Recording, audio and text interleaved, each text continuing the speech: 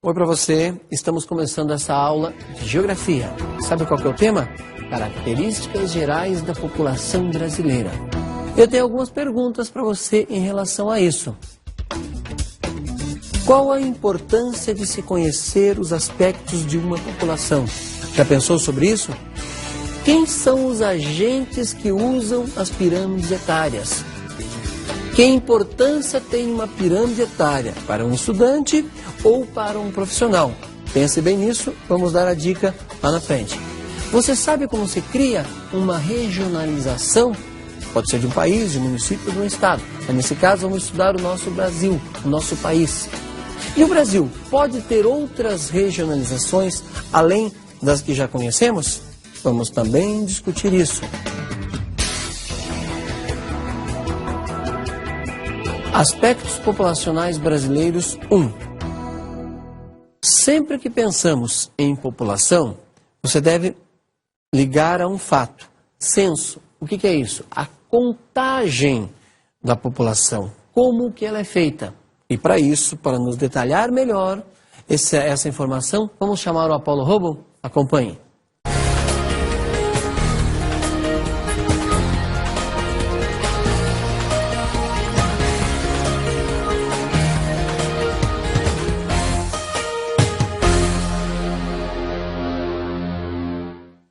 Diário de bordo, dia 347 da exploração do planeta Terra.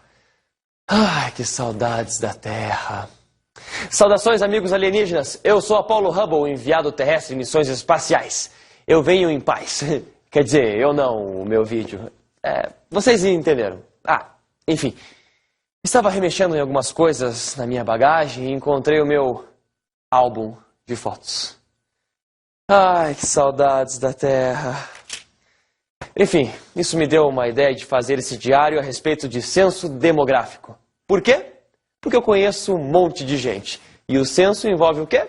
Um monte de gente. Certo, deixe-me explicar. Existe o IBGE, Instituto Brasileiro de Geografia e Estatística, ok? Eles levantam um conjunto de dados estatísticos de toda a população do país, o censo demográfico. Esse censo é feito a cada 10 anos e a cada nova pesquisa são realizadas novas perguntas. Afinal, a realidade de uma década nem sempre condiz com a realidade de outra. Essa pesquisa irá traçar respostas do tipo o número de habitantes, o número de homens, mulheres, crianças, idosos, onde essas pessoas vivem, como elas vivem, além de outras questões que possam envolvê-las. Somado ao censo de outros países, podemos ter essa mesma noção de uma maneira global. Não é fantástico? Fantástico seria voltar para a Terra. Enfim, a gente se vê em alguma galáxia. Isso mesmo. O censo é a contagem da população. Fique atento a esse detalhe. Sempre que você tiver a chance, entre na página do IBGE e veja lá como que está se desenvolvendo a nossa população.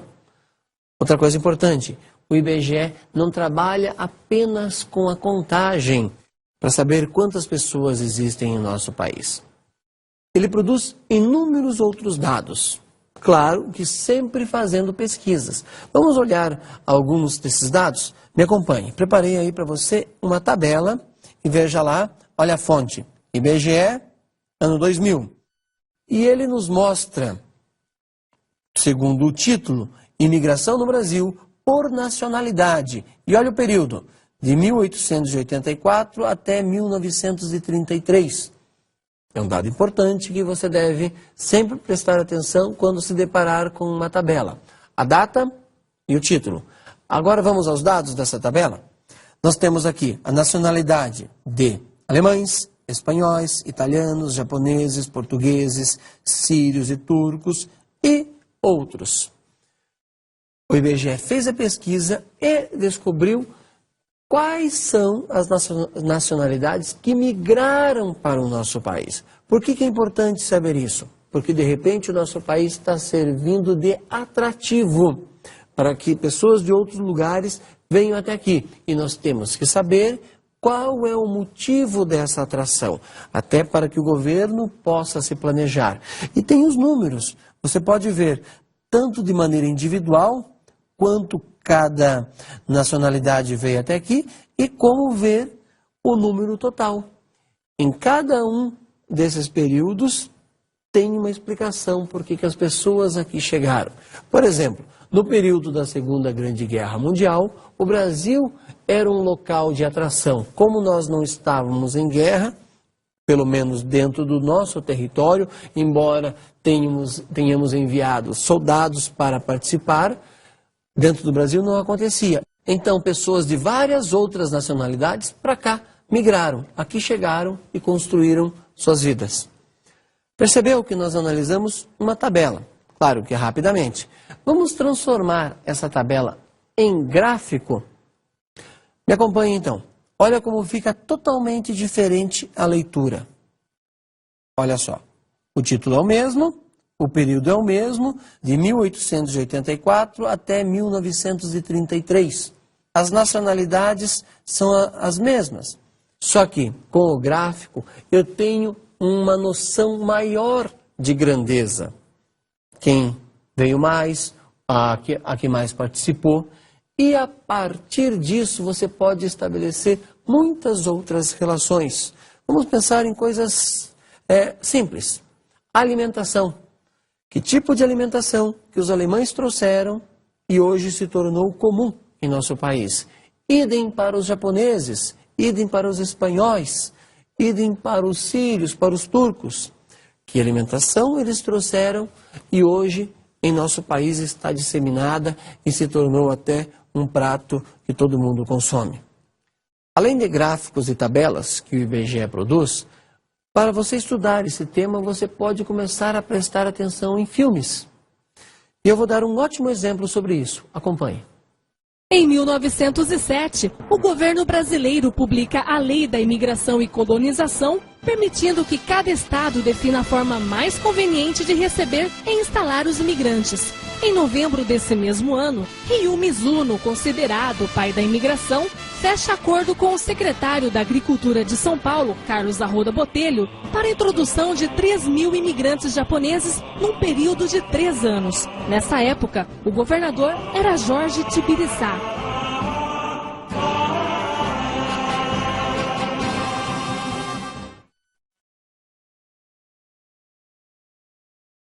O navio Kasatomaru chega ao Brasil pelo Porto de Santos, trazendo o primeiro grupo de imigrantes japoneses, sendo 325 pessoas provenientes da ilha de Okinawa, 210 pessoas de Fukushima, Kumamoto e Hiroshima, 189 pessoas de Kagoshima, Kochi e Niigata e 48 pessoas de Yamaguchi e Aichi.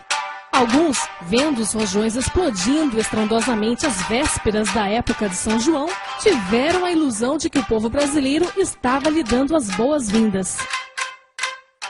Prestou atenção nas cenas do filme O Centenário? Então é o seguinte, cada vez que você assistir um filme, tente prestar atenção na fisionomia das pessoas. No caso desse filme, está mostrando a migração japonesa para o nosso país. Até mostrou o navio que trouxe os primeiros japoneses até aqui. No caso, ele tem o nome de Kasatomaru, que é um navio muito famoso a este respeito. Lembre-se que a migração japonesa já tem mais de 100 anos em nosso país. Eles se espalharam por todo o Brasil e contribuíram de maneira muito importante, por exemplo, na agricultura. O japonês sempre desenvolveu a agricultura com grande destreza e quando aqui chegou, contribuiu para que o Brasil se transformasse num dos países que mais produzem do ponto de vista agrícola. É só você olhar os números que o IBGE produz. Ainda a respeito da população. Nós vamos analisar agora um gráfico muito interessante, mostrando todos os censos até o ano de 2000. Eu quero que você acompanhe esse gráfico. Vamos ver que tipo de lição pode se tirar dele. Primeiro dado, 1872, a contagem. Você tem que lembrar que nessa época o nosso país não tinha estradas, Nem se pensava em inventar o avião ainda, não tinha rodovias que você pudesse circular por todo ele. Automaticamente, quando você precisava ir a uma distância mais longa, ou você ia no lombo de animais, ou você ia de barco, quando possível, se tivesse o rio ou o mar. É claro que esse número não é tão preciso, mas dá para nós termos uma noção que neste momento o nosso país tinha menos de 20 milhões de habitantes. Olha só, presta atenção, menos de 20 milhões de habitantes em 1872. Vamos retornar aqui ao gráfico? Olha o que vai acontecer daqui por diante. Você percebe que tem uma linha em ascendente, vem subindo cada uma dessas barras. Dá para você notar que em pouco tempo, por exemplo, 1920, nós já passamos de 20 milhões de habitantes. Dobrou o número de pessoas em nosso país.